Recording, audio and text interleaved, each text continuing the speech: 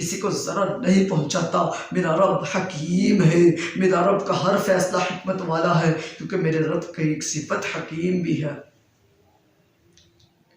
میرا رب حکیم ہے، میرے رب کا ہر فیصلہ حکمت والا ہے۔ زبان بول پڑتی ہے، مصیبتیں میرے لیے ہیں، آزمائشیں میرے لیے ہیں، تکلیفیں میرے لیے ہیں، پریشانیاں میرے لیے ہیں۔ نہ میرا رب کبھی کسی پر ظلم نہیں کرتا۔ میں تو چاہتا تھا مجھے بیٹا ملے، نہیں ملا، اس میں کوئی حکمت ہے۔ میں تو چاہتا تھا مجھے گاڑی ملے، نہیں ملی، اس میں کوئی حکمت ہے۔ میں تو چاہتا تھا میرا ایک بنگلہ ہے، مجھے 2 ملے، 3 ملے، 4 ملے، نہیں ملے، اس میں کوئی نہ کوئی حکمت ہے۔ آؤ ذرا غور فرمانا، حضرت موسیٰ علیہ السلام اور حضرت خضر علیہ السلام ایک جگہ پر جا رہے ہیں۔ انہوں نے کشتی میں سوار ہوئے، ملاح نے کشتی پر سوار کر لیا، سفر کیا۔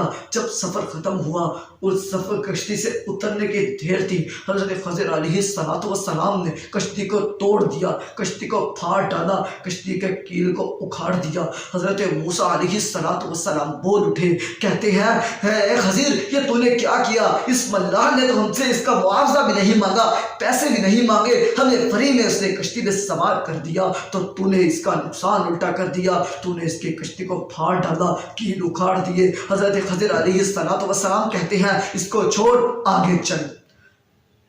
آگے جا رہے ہیں، چلتے گئے، راستے میں ایک بچہ کھیلتا ہوا نظر آیا۔ حضرت خضر علیہ السلام نے اس کی گردن کو مڑوڑا اور اس کو قتل کر دیا۔ پیغمبر علیہ السلام حضرت موسیٰ کہتے ہیں کہ اے خضر، یہ تو نے کیا کیا ہے؟ کہ اس بچے کا قصور کیا تھا؟ تو نے اس کو قتل کر دیا۔ حضرت خضر علیہ السلام کہتے ہیں اس کو چھوڑ، آگے چل۔ آگے چل دیے، آگے جا کے قوم سے کھانا مانگا، اس نے کھانا دینے سے انکار کر دیا، پانی دینے سے انکار کر دیا۔ حضرت خضر علیہ السلام مستری بنے، موسیٰ علیہ السلام مزدور بنے۔ ان کی ایک دیوار ٹیڑھی تھی، گرنے والی تھی، دونوں نے مل کر کام کیا، دیوار کو بالکل سیدھا کر دیا۔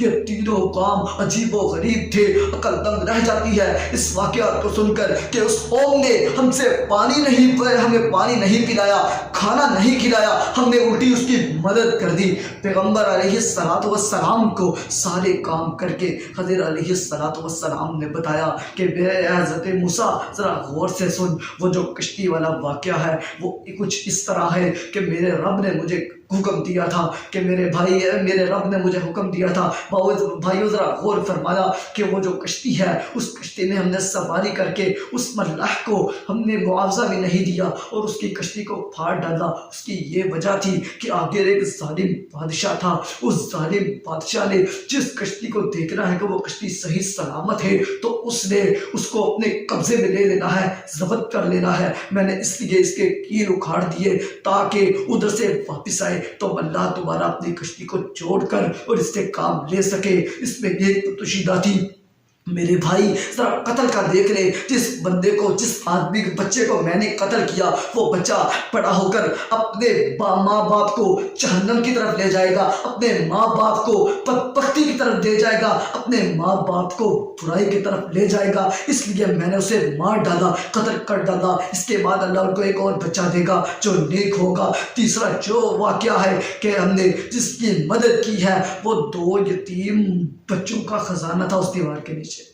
اگر وہ دیوار گر جاتی تو وہاں کی قوم کے بدماشوں نے، ظلم ستوں نے، ظلم کرنے والوں نے اس خزانے کو حاصل کر لینا تھا، تو وہ 2 یتیم بچوں کا تھا۔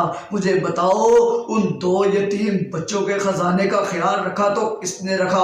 میرے رب نے۔ میرا رب بہت حکیم ہے، میرا رب حکمت والا ہے، میرا رب بہت زیادہ حکمت والا ہے، میرا رب بہت زیادہ فیصلہ کرنے والا ہے۔ میرا رب کا ہر فیصلہ حکمت پر مبنی ہے کیونکہ میرا رب حکیم ہے۔